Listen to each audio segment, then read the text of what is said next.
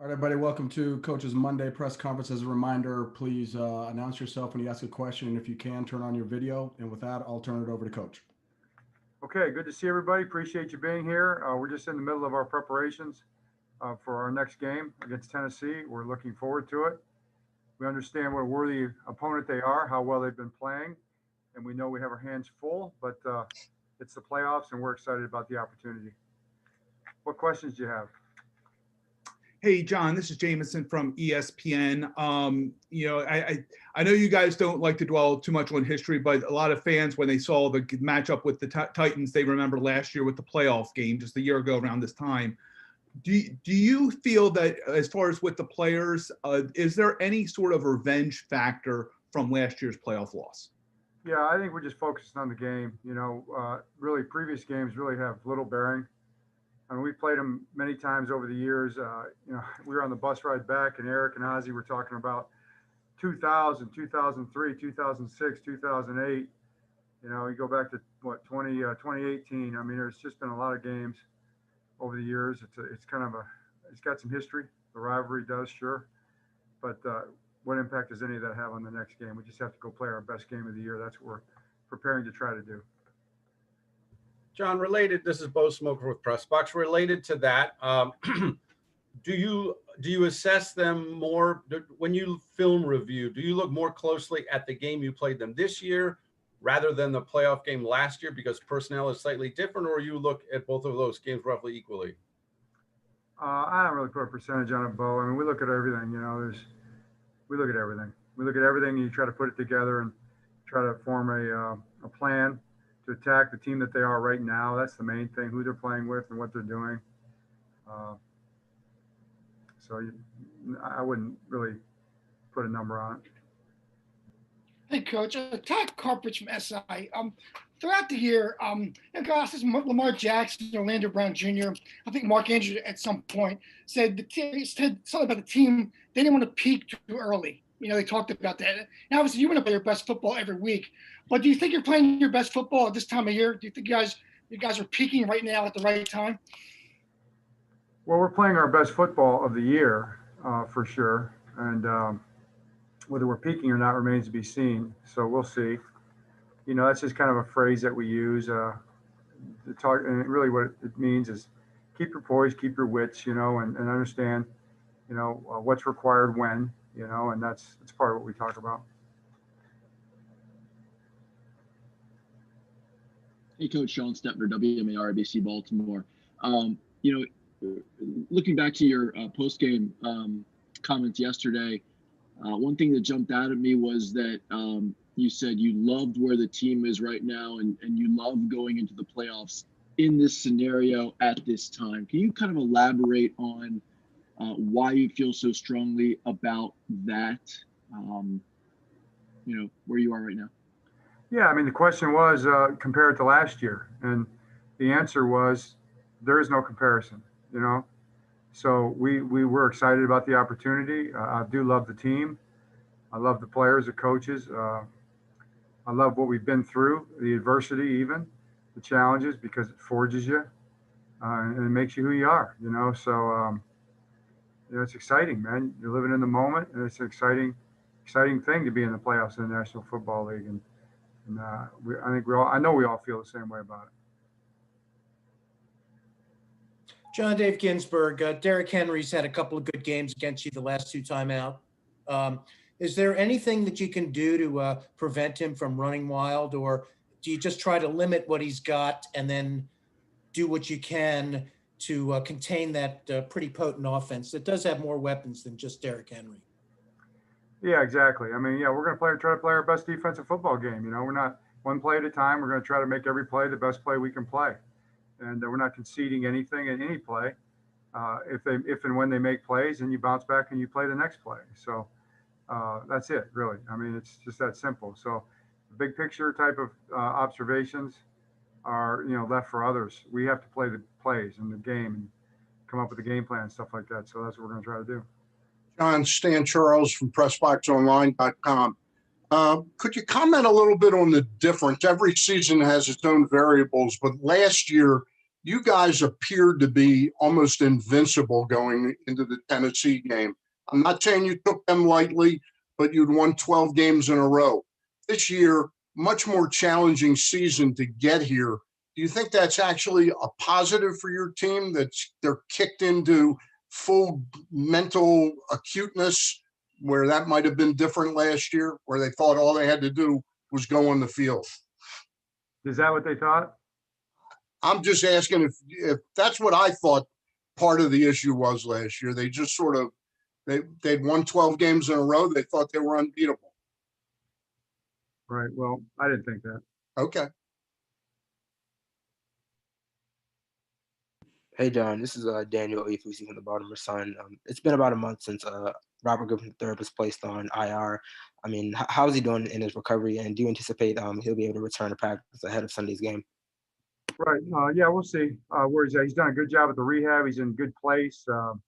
Talk to him once or twice a week as he rehabs.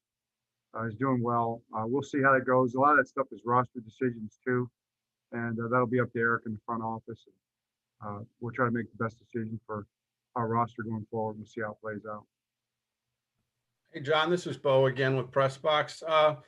400 yards rushing yesterday, right? You almost never see that kind of onslaught in a game.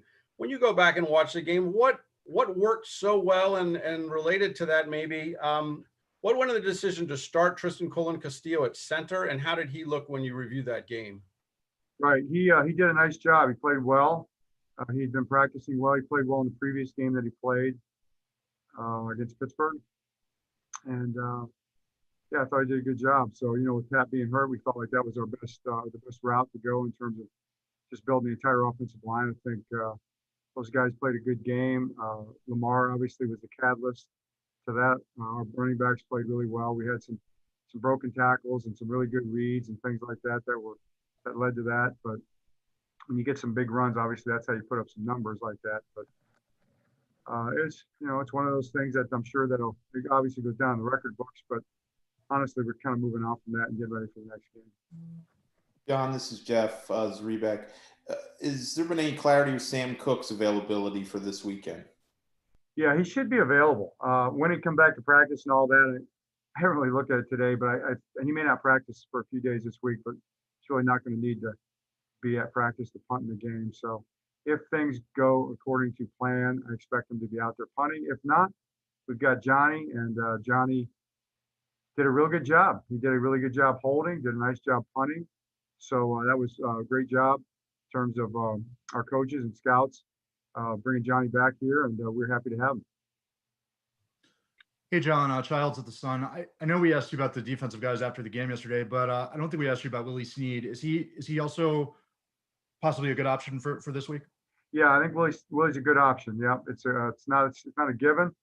I got the report today. Not a given, but I'm really hopeful for Willie to be back. Hey, John, this is Jonas Schaefer with the Baltimore Sun.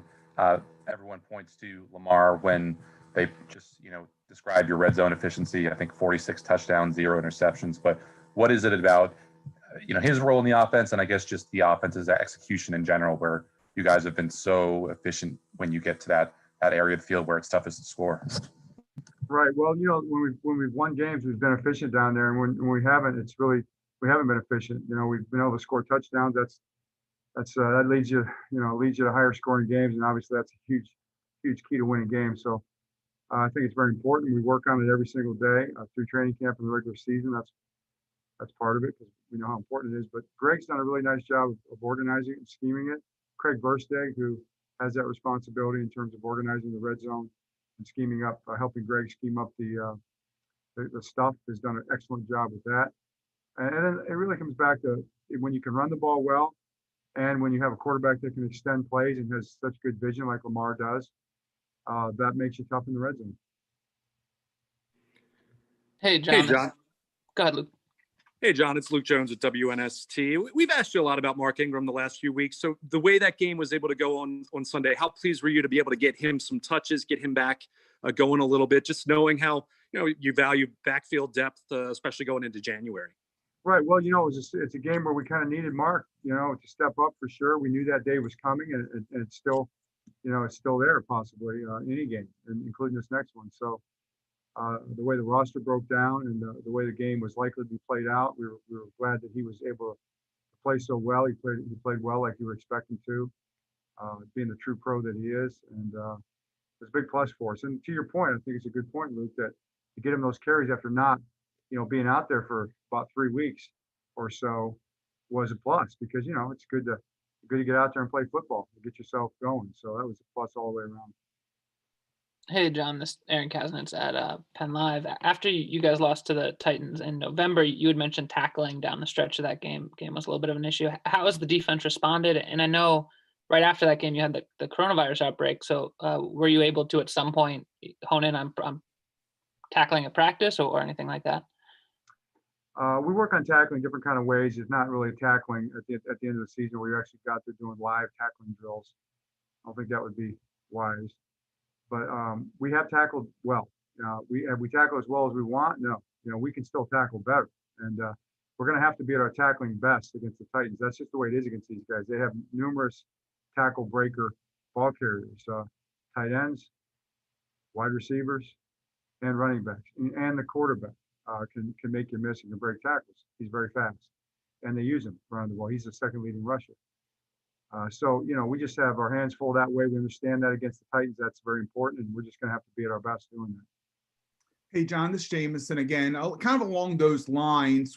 I know every game in the NFL is physical. No one's going to go against that. But because of how these two teams are built, the top two rushing teams in the NFL, do you expect this to be one of the most physical games that you had this year?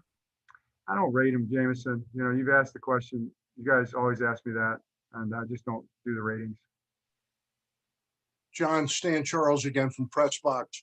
Can you comment a little bit on the growth of your two second-year receivers, how they are fitting in now and seem to be making some more plays? I'm talking about Brown and Boykin. Right. I think that's a good observation. Marquise, has just made a couple of huge plays for us, and there's more that he wants to make too. I thought he stayed alive, like on that roll to the right pass in the red zone. Him coming back from all the way across the backside and getting himself into Lamar's vision as Lamar was buying time on that naked boot play, I thought was just a great play by him. He has a knack for getting open. He also made some critical catches, a third down catch, get upfield, slip a tackle, get an extra yard or two, get us a first down. Those are big. And of course, Miles had the big one early when we beat a particular zone coverage there, quarters coverage, where the safeties were really involved against the run. And we were able to, put Mark Andrews, kind of pulled the safety out, and then Miles run a great route against the corner. Of course, Lamar put it on the money on time. So, those are the kind of things that we just need those guys to keep doing. They're both blocking well too. So, this is the year you want to see those guys take it to the next level. And now this time of the year, I think would be what you'd expect from those guys. Hey, John, Childs at the Sun again. We're starting to hear Wing's name get bandied around as these coaching searches start. Have you guys gotten any formal requests to interview anybody on your staff so far?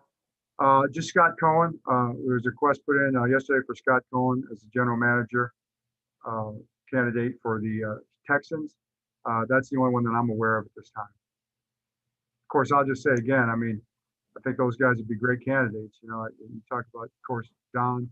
I've known Don since the 90s, since the early 90s, and he's coached with my dad, and we've been together many years, and we've always been friends, and I've always admired him as a coach and a person. I think he'd be a great leader of a team. Greg Roman has certainly established himself in just tremendous ways over the years. He'd do a great job. David Culley would be an excellent candidate as a head coaching candidate. Gosh, Coach Culley is a leader. He's energetic. He's a high a motivator. I think he understands. He's been in winning programs consistently his whole career. There's a reason for that, and he'd be a great candidate. I'll give you a young guy, our special teams coordinator, Chris Horton. I think at some point in time he's going to start getting interest. And there are others on our staff. I don't want to shortchange anybody, but we'll see what happens. And those guys are definitely guys who would be worthy candidates. John Dave Ginsburg, one more time. With J.K. Dobbins, can you appreciate the patience he showed? He was a star at Ohio State, and he didn't get a lot of touches in the early portion of the season, but now he's really come on as gangbusters. And you know, he talked about his patience, waiting for his opportunities, made the most of it. Yeah, yeah. You know, I don't know about waiting for his opportunity. I think he's been working for his opportunity and growing and learning. And he's a great competitor, of course. And it's just the next game, really. I mean, it could be JK, and we're very blessed to have these guys, these weapons, and the type of people and the attitudes that they have. But you got JK, you got Gus, you got Mark, we got Justice. Those guys are all guys that can carry the rock for us and make yards. So yeah, he's done a great job and got a great attitude. And I really love him as a person and a player. Hey, John, it's Donna Jean from the Bay. This is going to be your first playoff game without a packed stadium. How does it feel to you guys standing on the sideline or playing on the field? I mean, does it feel differently? I mean, do you get pumped just as much without fans in the stand, or I mean, does it not matter? What is the deal down there? Are they going to have fans? Or are you saying it's no fans? I haven't heard. Yes, there will be fans there, Coach. I think it's like between 12 and 16,000, I believe. 12 and 15. Yeah, so we've been in stadiums with like that kind of number, 8, 10, 12, whatever, and it's been pretty. I mean, it's not definitely loud, but it's more realistic. Like when you have fans there, it feels more like a game. When you don't have any fans, it's really different. It's really you definitely do sense it's different. So either way, you've got to bring your own energy. I don't care if there's 70,000 fans in the stand. You have to bring your own energy. You have to bring your energy to compete in this league, especially in the playoffs, against the energy that you're going to be faced with. So, yeah, it's very important to do that either way. I would say more so. We really got to think about it with an empty stadium. But the fact that they're going to have 12 to 15,000 fans, as Chad says, that'll be exciting, and that'll be a little more realistic in some ways. It'll feel like fans. Thank you. Anything else for Coach? All right, Coach, I appreciate it. To the media corps, we will see you back here on Wednesday. Thank you. Thanks, everybody. Appreciate you guys. Thanks for your time.